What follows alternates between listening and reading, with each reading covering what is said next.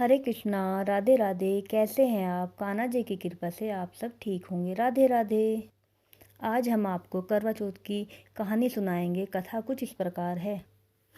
प्राचीन समय की बात है। एक साहूकार के 7 पुत्र और एक पुत्री करवा थी। साहूकार अपने सभी संतानों की परवरिश राजशाही तरीके से किया करते थे। धीरे धीरे सभी भाई बहन बड़े हुए। 7 भाइयों की इकलौती बहन भी, इसलिए सभी भाई अपनी बहन से खूब स्नेह करते थे। अपनी बहन की शादी उन्होंने बड़ी धूमधाम के साथ एक नामी साहूकार के यहाँ किया। एक दिन बहन घर आई हुई थी। सभी भाई उससे बड़ा प्रेम करते थे। एक साथ बिठाकर खाना खाते और अधिक से अधिक समय अपनी बहन के साथ बिताते। बचपन की कहानियाँ साझा करके खूब आनंदित होते। सभी भाई पहले बहन को खाना खिलाते और बाद में स्वयं खाना खाते। आपस में इतना प्रेम था।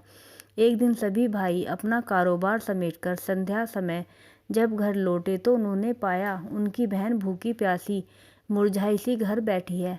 सभी को चिंता हुई, आखिर ऐसी क्या बात है।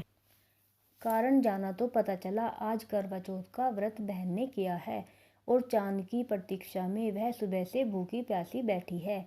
जब चांद को देख लेगी तो अपना व्रत खोलेगी। भाइयों को उसका यह कष्ट देखा ना गया। सबसे छोटा भाई अपनी बहन से विशेष लगाव रखता था।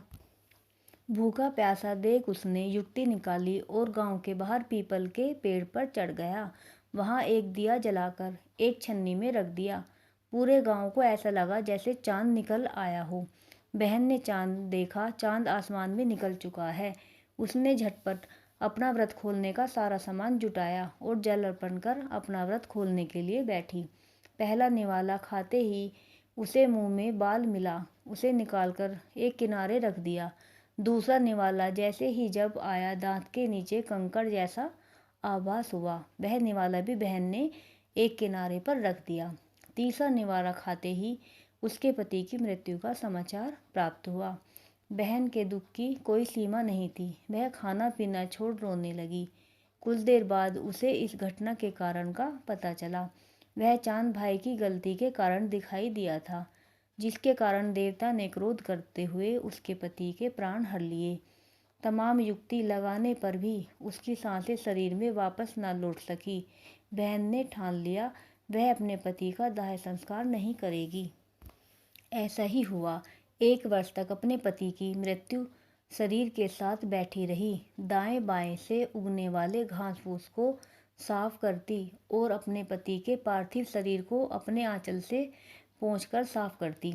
ऐसा करते करते 1 वर्ष बीत गया और फिर करवा चौथ का व्रत आया। सभी सुहागिनों ने इस व्रत को किया। उसके सातों भाभियों ने भी व्रत किया। वह यही अभागिन थी जिसने अपने पति की सेवा में पूरा दिन गुजार दिया। संध्या के समय जब सभी भाभियां एक एक करके अपनी नंद के पास आई और आशीर्वाद मांगने को कहा, बहन ने सभी के पांव पकड़कर अपने पति को जीवित करने का आशीर्वाद मांगा। यह किसी भाभी के वश में नहीं था, किंतु बहन पागलों की तरह उनसे अपने पति के जीवन की मांग कर रही थी। अंत में छोटी भाभी आई, जिसके पति ने दिया जलाकर उसके व्रत को तुड़वाया था। उसी भाभी के पैर पकड़कर वह विलाप करने लगी।